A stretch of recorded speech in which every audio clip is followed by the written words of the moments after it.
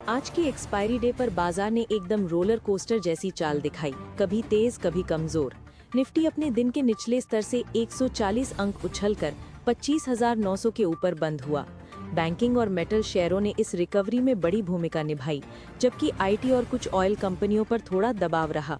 Global market में Brent crude oil 0.05% बढ़कर $65.65 प्रति बैरल पर पहुंच गया।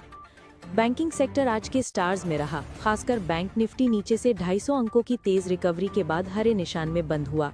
इंडियन बैंक जैसे पीएसयू बैंक में 3% की मजबूती आई, जिसने पूरे बैंकिंग स्पेस को सपोर्ट दिया। मेटल शेयरों ने आज बाजार का मूड सेट कर दिया। टाटा स्टील और जेएसडब्ल्यू स्टील दोनों में जबरदस्त तेजी रही, क्योंकि कई ब्रोकरेज हाउस ने इन पर अपग्रेड दिए। इसके साथ ही शॉर्ट कवरिंग ने भी तेजी को और बढ़ावा दिया। दूसरी तरफ आईटी सेक्टर में दबाव दिखा। इन्फोसिस और टीसीएस जैसे दिग्गजों में हल्की कमजोरी रही, क्योंकि निवेशक महंगे वैल्यूएशन और ग्लोबल डिमांड की सुस्ती को लेकर सतर्क हैं। एसबीआई लाइफ ने शानदार Q2 नतीजों की वजह से पिछले 2 दिनों में करीब 5% की बढ़त दिखाई। वहीं वोडाफोन आइडिया में एजीआर ऑर्डर के बाद मुनाफा वसूली देखने को मिली और शेयर करीब 6% टूटा। सुप्रीम इंडस्ट्रीज के स्टॉक में 5% की गिरावट रही, क्योंकि कंपनी का वॉल्यूम ग्रोथ आउटलुक थोड़ा कमजोर रहा। वहीं ऑयल इंडिया का शेयर भी 2% फिसला, क्योंकि कच्चा तेल $65 प्रति बैरल से नीचे चला गया।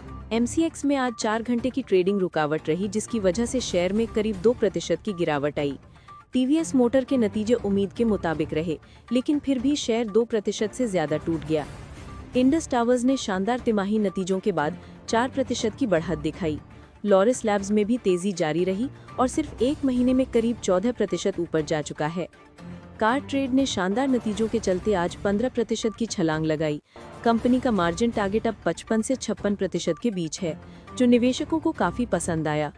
न्यूजेन सॉफ्टवेयर भी आज 10% उछला, इसके तगड़े Q2 नतीजों की वजह से।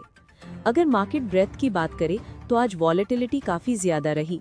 2 शेयर गिरते देखे तो 3 ऊपर चढ़े, यानी बाजार में उतार चढ़ाव जरूर रहा, लेकिन निचले स्तरों से रिकवरी ने भरोसा बनाए रखा। एक्सपर्ट्स का कहना है कि अगर निफ्टी 25,800 से 25,850 के ऊपर टिके रहता है तो आने वाले दिनों में फिर से तेजी का माहौल बन सकता है। ग्लोबल संकेत अभी पॉजिटिव हैं। एशियाई बाजारों में स्थिरता और डॉलर की कमजोरी ने भारतीय बाजार को सहारा दिया है। कुल मिलाकर आज का दिन ट्रेडर्स के लिए एड्रेनलिन से भरा रहा। सुबह की घबराहट, दोपहर की उम्मीद और शाम की रिकवरी। निफ्टी का 25,900 के ऊपर टिकना बताता है कि शॉर्ट टर्म में बुल्स अब भी मैदान में डटे हुए हैं। आज की बड़ी खबर आई केंद्र सरकार की कैबिनेट मीटिंग से, जहां प्रधानमंत्री नरेंद्र मोदी की अध्यक्षता में 8वें वेतन आयोग को मंजूरी दे दी गई है। ये आयोग अपनी सिफारिशें 18 महीनों के भीतर पेश करेगा, जिससे कर्मचारियों की सैलरी और भत्तों में बड़े बदलाव की उम्मीद है। 8वें पे कमीशन की कमेटी में सुप्रीम कोर्ट की पूर्व जज रंजना प्रकाश देसाई चेयरपर्सन, प्रोफेसर पुलक घोष पार्ट टाइम मेंबर और पेट्रोलियम सचिव पंकज जैन इसके सचिव रहेंगे। ये टीम वेतन संरचना, भत्तों और पेंशन सुधारों पर फोकस करेगी। किसानों के लिए भी सरकार ने राहत भरा कदम उठाया है। कैबिनेट ने रबी सीजन के लिए फर्टिलाइजर सब्सिडी में बढ़ोतरी को मंजूरी दी है। न्यूट्रिएंट बेस्ड सब्सिडी के तहत P&K फर्टिलाइजर के लिए 37,952 करोड़ रुपए की सब्सिडी दी जाएगी। ये दाम 1 अक्टूबर 2025 से लागू होंगे, जिससे खेती की लागत में सीधा फायदा मिलेगा। फर्टिलाइजर की नई दरें तय की गई हैं। नाइट्रोजन 43.02 रुपए प्रति किलो, फॉस्फोरस 47.96 रुपए प्रति किलो, पोटाश 2.38 रुपए प्रति किलो और सल्फर 2.87 रुपए प्रति किलो। इस कदम से रबी सीजन में किसानों की जेब पर कम भार पड़ेगा और उत्पादन लागत कम होगी। अब बात करते हैं ग्लोबल मार्केट की, जहां अमेरिकी डॉलर फिर से चर्चा में है। मॉर्गन स्टैनली की रिपोर्ट के मुताबिक 2025 की शुरुआत के बाद पहली बार निवेशकों का रुख डॉलर के प्रति पॉजिटिव हुआ है। जापान और फ्रांस की राजनीतिक अनिश्चितताओं की वजह से डॉलर एक बार फिर निवेशकों की सुरक्षित पसंद बन गया है।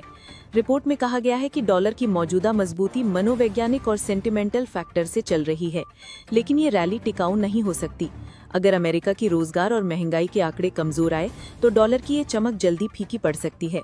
बैंक ने चेतावनी दी है कि अभी जो बढ़त दिख रही है वो नाजुक है और अमेरिकी फेडरल रिजर्व के फैसलों पर निर्भर करेगी।